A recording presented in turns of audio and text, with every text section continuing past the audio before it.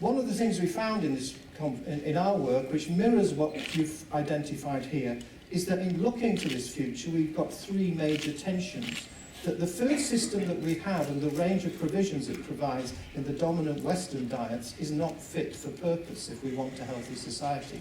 So moving into an organic, same set of products is not a good idea.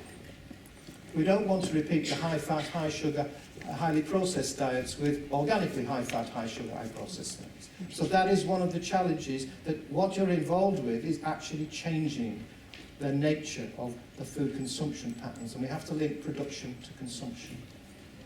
The other area, which is perhaps something we've not talked enough about, although it was mentioned in passing, is that one of the principles that needs to be adopted is fairness in the remuneration and the working conditions for people working throughout food and farming.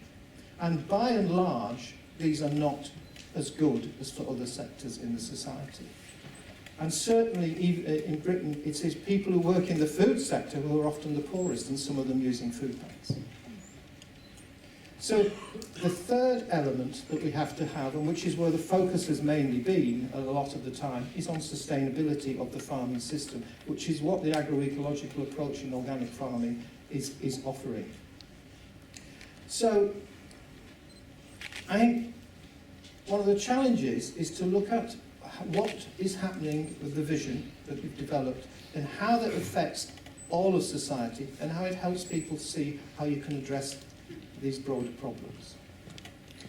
Now, we've heard quite a bit this morning about risk, and I think there are four key words in the food system you should always think about. Who's got what power to control their bit of the action, who carries the risks, and who gets the benefits. It's again something that you're beginning to come up against. As you move away from being a relatively niche thing to something that is about transforming the system, then you will come up, as was mentioned yesterday by Susan George, against powerful forces who actually don't want to change it, because it suits quite well.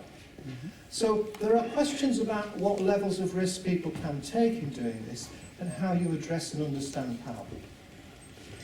The other thing I think about, I know you've got interesting definitions of innovation, but if you think about what has driven innovation in the last 50 to 60 years in the UK, Europe, North America, it has been the fact that we've had basically massive overproduction, we've got limited demand for food, none of us can increase our consumption 5- and 6-fold. You can have lots of shoes or clothes or anything, but you really can't increase your food consumption. And we've got saturated markets. So the question is, in an area where you're looking to make money out of this, how do you do it? And that's what's driven the kind of innovation, the pressures that we've seen. So when you're talking about a new kind of food system, you're actually having to rethink the drivers that encourage people to do what they do. And that's the thing, we've seen the increased competition between different actors, looking for new technologies, not necessarily to achieve the objectives of fairness, health, care, ecology, but to give you a better edge on the bottom line. And that is where the direction for thinking about technology needs to change. We've seen pressures for increased productivity, getting more out of the land or the workers you use. And of course, we've seen diversification. Now, the other key trends, again, which you're up against, are concentration, the concentration of power, economic and market power. And market power is really important, and control for markets. If you want to understand where we might be going, there's a nice book, which I only just read 2/3 of, called Concentration and Power in the Food System, that's looking at the United States, Phil Howard. Now, it may be that you'd like to be the big players and be the bosses for the whole system. I hope not. I don't think so. Because that is a system that is not delivered what we need.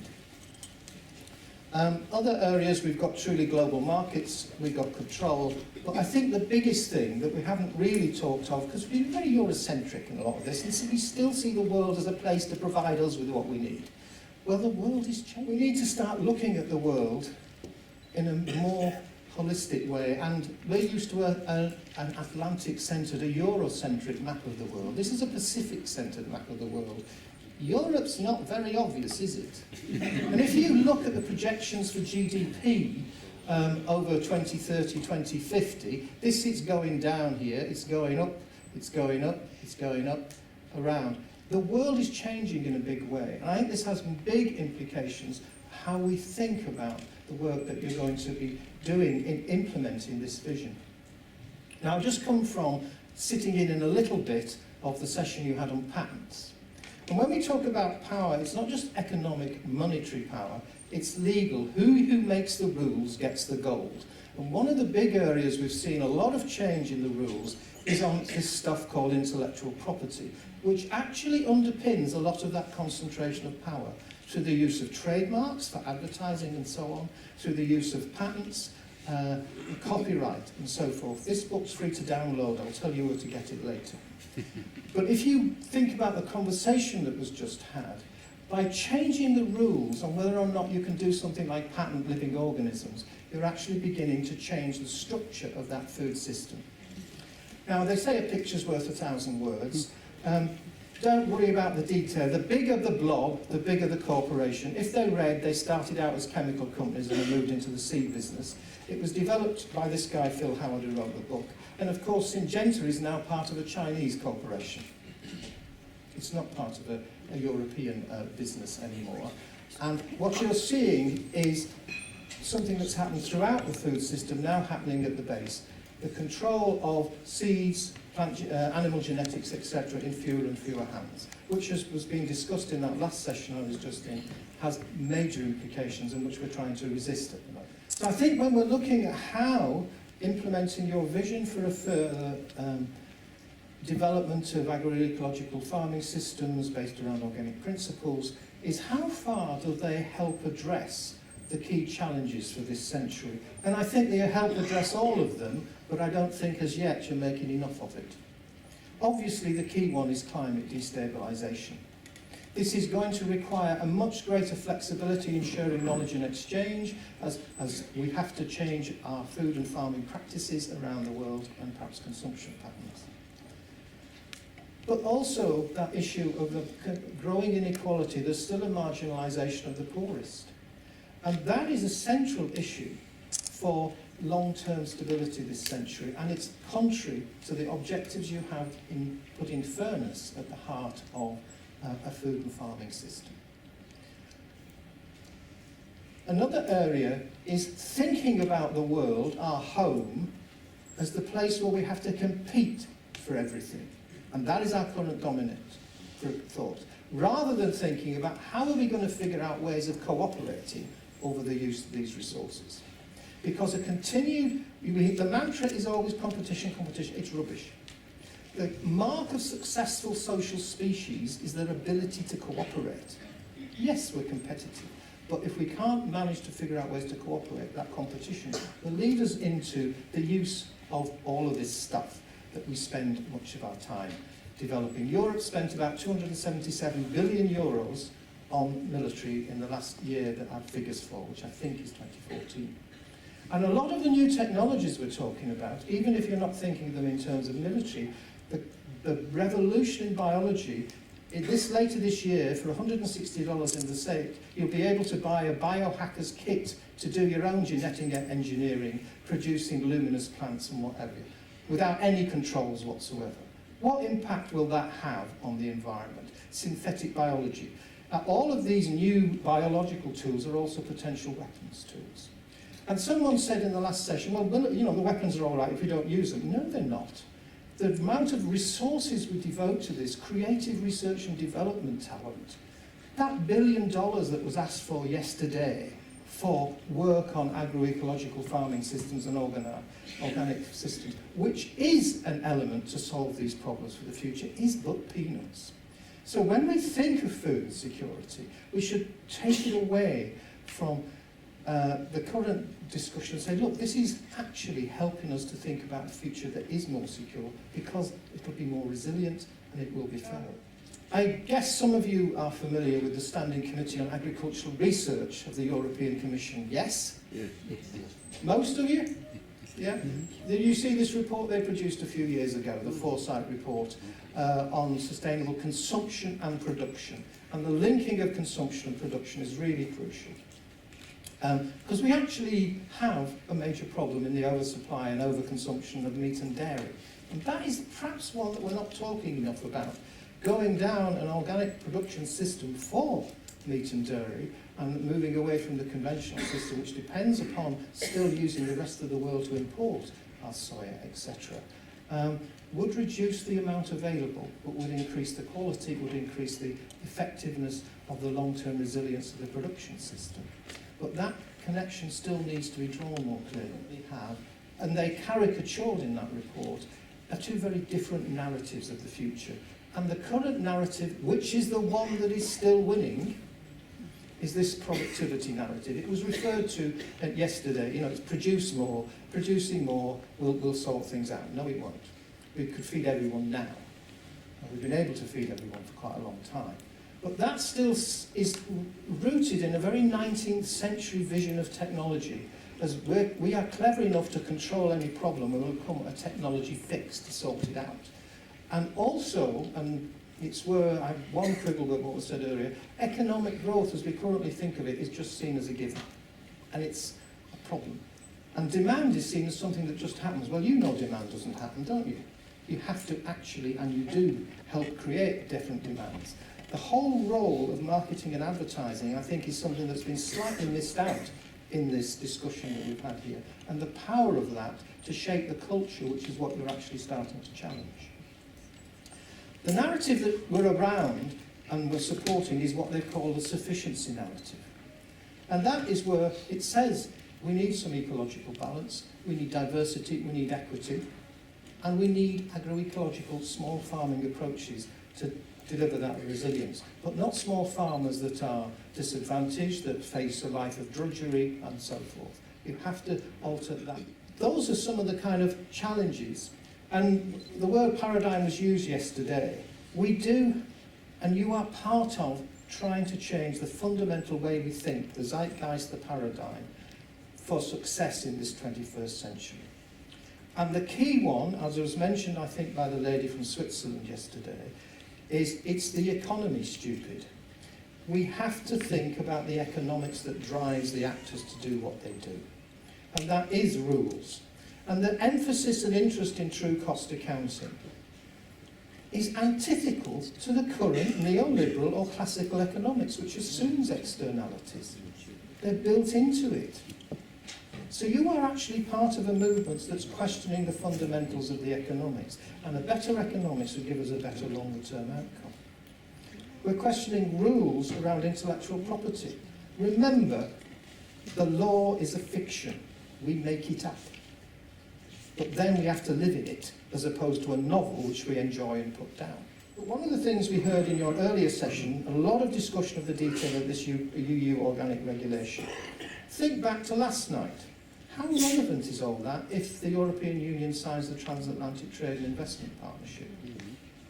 This is the kind of structure you're likely to see.